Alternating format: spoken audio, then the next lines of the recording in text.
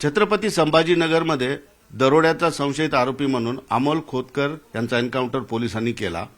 त्यानंतर अनेक प्रश्न, अनेक संभ्रम निर्माण झालेले आहेत. कारण त्या चोरीत सोनं किती गेलं याबद्दल सुद्धा संभ्रम आहे. आणि अमोल खोतकरकडे ते सोनं होतं आणि आता त्याचा मृत्यू झाला, तर ते सोनं नेमकं कुठं आहे? 5.5 किलो सोनं गेल्याची तक्रार केली गेली. मात्र पोलिसांचे अधिकारी असतील, इतर सूत्रांकडून कळतंय की जवळपास 12.5 किलो सोनं गेलेले. या सगळ्या संभ्रमामध्ये अमोलची बहीण माझ्यासोबत आहे बोलण्यासाठी. ताई, मला एक सांगा की पोलिसांनी ज्या दिवशी एन्काउंटर झाला त्या दिवशी घरातली सगळी झडती घेतली? हो, माझ्या घरात त्यांनी जवळपास 5-5:30च्या दरम्यान घरात येऊन प्रत्येक वस्तूची तपासणी केली. प्रत्येक छोटी ना छोटी वस्तू त्यांनी पडताळून बघितली, पूर्ण छानबीन केली. पूर्ण घरात अस्तव्यस्त केलेलं आहे माझ्या. त्यांना घरात काहीही मिळालं नाही, कारण घरात काही नव्हतंच. आणि हे जे सगळं प्रकरण चालू आहे हे सगळं फेक चालू आहे. हे आपल्यालाही माहिती आहे, सगळ्या मीडियाला माहिती, सगळ्या लोकांना माहिती. फेक एन्काउंटर होतं. त्यांना फक्त हे संशय होता की हा मुलगा असेल, किंवा असं ते म्हणतायत की संशय होता. संशयही नव्हता. पण त्यांच्यासोबतचे जे आरोपी पकडले गेले अमोलच्या सोबतचे, त्यांनी पोलिसांना सांगितले की अमोलकडेच लुटीचं सगळं सोनं होतं. आता तर तो मयत झालेला, मग ते सोनं कुणाकडे असू शकतं? मग आता अमोलकडे जर ते सगळं होतं तर अमोलला तर त्यांनी पकडलं होतं ना एन्काउंटर करताना. मग ते कुठे सोनं कुठे आहे? अमोलकडे काय भेटलं? अमोलकडे त्यांच्याकडे काय भेटलं? कुठला प्रूफ आहे, कुठला एव्हिडन्स आहे, सोनं आहे, काय आहे, त्याच्याकडे काय भेटलं असेल ना, ते त्यांनी दाखवावं.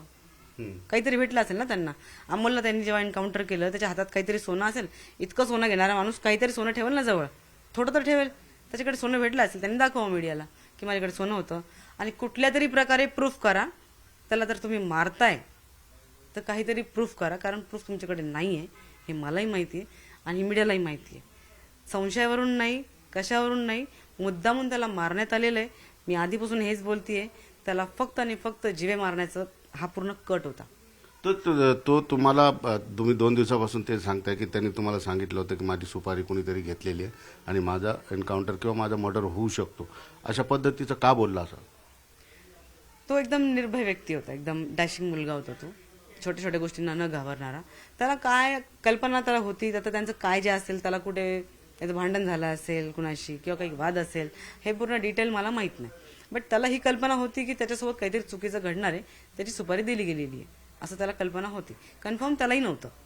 पण तो कुठेतरी असं बोलला की कारण तुम्ही एकमेव व्यक्ती अशा आहे त्याच्या आयुष्यातल्या, तुम्ही अगदी जवळ बहीण म्हणून, की ताई जर मी बायचान्स घरी नाही आलो कधी परत 1-2 दिवस, माझा फोनही बंद असला, तर समजायचं की मला कुठल्या ना कुठल्या प्रकारे मारण्यात आलेलं आहे, कारण माझी सुपारी दिलेली आहे असं मला संशय आहे. म्हणजे तो मला सांगायचा. मग मी म्हटलं बाबा असं काही असेल तर आपण कुठेतरी जाऊ, ते थांबणार नाही वगैरे. तर बहीण आहे मी शेवटी, मला काळजी वाटली त्याची. म्हटलं आपण काहीतरी करू, पोलीस कंप्लेंट करू वगैरे. नाही, कन्फर्म मला नाही म्हणे. कंप्लेंट करायला ते प्रूफ मागतील, बरोबर आहे. कुठल्या आधारावर आपण कंप्लेंट करू शकत नाही, आपल्याकडे आधार कुठलंच नाही आहे. आणि तसंही टेन्शन घेऊ नको, मी काही घाबरत वगैरे नाही, मला काही होणार नाही. त्याला स्वतःवर कॉन्फिडन्स होता म्हणून तो असं बोलला. पण हे होतं, त्याला माहिती की त्यासोबत काहीतरी चुकीचं घडणार आहे. पण तो जसं पोलिसांनी संशय व्यक्त केला की दरोड्यात तो मुख्य सूत्रधार होता, दरोड्याच्या नंतर पण तो घरी आलेला, तरी सुद्धा काही उल्लेख नाही. घरी येणं जाणं चालू होतं कंटिन्युअसली. तो मुख्य सूत्रधार होता. तर दरोडा होऊन बहुतेक 1-2 हप्ते झालेले. ह्या लोकांनी त्याला ना घरी येऊन पकडलं, ना आम्हाला येऊन विचारलं, ना त्याच्या घरी येऊन चौकशी केली. इतका मोठा दरोडा झाला, मग त्याच्या घरी येऊन ह्या लोकांनी का तपासणी नाही केली आणि त्याला पकडून का नाही नेलं तोपर्यंत. आणि शिवाय तो फ्री फिरत होता, चौकडे फिरत होता. तो रविवारीपर्यंत तर इथं फिरला, तो वाळूजला सगळीकडे.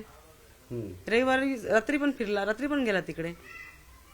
तर दररोज फिरणं चालू होतं नॉर्मल. काही ते दरोडा प्रकरण हे सगळं त्यांनी फक्त बनावट.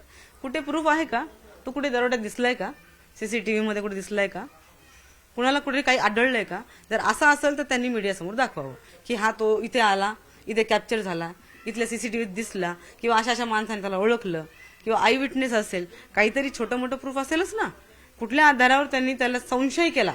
माणूस संशय पण करतो तर आधार असतो. संशयासाठी सुद्धा आधार असेल, तो आधार त्यांनी दाखवावा मीडियाला. मला पण बघायचा आहे, मला बघायचंय माझ्या भावावर जो आरोप करण्यात आलेला आहे तो कुठल्या आधारावर आहे, प्लीज मला दाखवा. नाही तर तुम्ही मान्य करा की तुम्ही त्याला मुद्दा म्हणून मारून टाकलंय. का कारण असू शकतं मुद्दा म्हणून मारल्याचं? साहजिक शत्रुत्व होतं, शत्रुत्व. समोरच्यांकडनी पैसा घेतला. आजकाल कसं आहे माहिती का, गुंड कोण आणि पोलीस कोण माहित नाही आपल्याला. हा माझं स्पष्ट मत आहे की मला माहित नाही गुंड कोण आणि पोलीस कोण. कारण की मला कुणाकडनं रक्षण भेटणार आहे मला हे नाही कळत आजच्या डेटला. मला एवढंच म्हणायचंय की पैसे घेऊन माझ्या भावाचा खात्मा करण्यात आलेला आहे. हे माझं स्पष्ट मत आहे. तुम्ही मला याच्या पुढे कितीही वेळेस विचारा, मी हेच सांगणार. आणि त्याच्याकडे काही नव्हतं, काय सोनं वगैरे काही नाही. त्याच्याकडे काहीही नव्हतं सर. त्या लोकांना त्याच्याकडे काही भेटलं असतं ना, त्यांनी सगळ्यात आधी दाखवलं असतं. हे बघा, हे भेटलं नाचवलं असतं त्यांनी पूर्ण. तुम्हाला माहिती बरोबर आहे. त्यांना काही भेटलेलं नाही, त्यांना घरातही काही भेटलेलं नाहीये, त्यांना अमोलकडेही काही भेटलेलं नाही, त्यांना गाडीतही काही भेटलेलं नाही. गाडीत कपडे होते म्हणतात. कपड्यांचा काय संबंध? दरोड्यामधले कपडे चोरी गेलेत का? नाही ना. गाडीत कपडे असू देत ना, हे त्याचा पर्सनल विषय. तो कपडे ठेवतो की विटा ठेवतो की दगड ठेवतो. सोनं नाहीये ना गाडीमध्ये. सोनं आहे, चांदी आहे नाहीये. तुमचा मुद्दा आहे सोनं चांदी चोरीला गेलेलं आहे. सोनं चांदी गाडीत नव्हतं. गाडीमध्ये कुठलाही संशय करणारी काही वस्तू नव्हती. तरी एक शेवटचा प्रश्न जाता विचारतो. त्याच्यासोबत एक मैत्रीण होती ज्यावेळेस गोळीबार झाला आणि तो ठार झाला. ती मैत्रीण कोण आहे, काय आहे, कुठली आहे, काय आयडिया आहे तुम्हाला?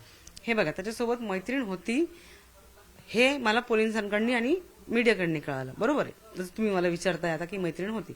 आता मी नाही बघितलेलं कोण होती आणि मला माहिती नाही होती की नव्हती. मला कल्पना नाहीये खरं काय खोटं काय. मला फक्त पोलिसांनी सांगितलं आणि तुमच्यासारख्या प्रत्येक मीडियाच्या लोकांनी सांगितलं. मला त्यात काही आयडिया नाहीये की त्याच्यासोबत होती की नव्हती. मला हा पण संशय आहे. पोलीस म्हणतायत म्हणून आपण होती म्हणतोय, पण असेल की नसेल मला माहित नाही. निश्चितपणे या ठिकाणी बघितलं, अमोलच्या बहिणीने सविस्तर या ठिकाणी सांगितलं. हा काय ग्लोरिफिकेशनचा प्रयत्न नाही, मात्र मीडियाचं एक काम आहे की गुन्हेगार असतील किंवा त्यांच्या नातेवाईकांचे काही प्रश्न असतील, काही संशय असतील, काही संभ्रम असतील आणि त्यांनी काही जाब विचारले असतील, ते सुद्धा लोकांसमोर मांडणं हे आमचं काम. सुधीर जाधवसह सिद्धार्थ गोदाम, न्यूज 18 लोकमत, छत्रपती संभाजीनगर.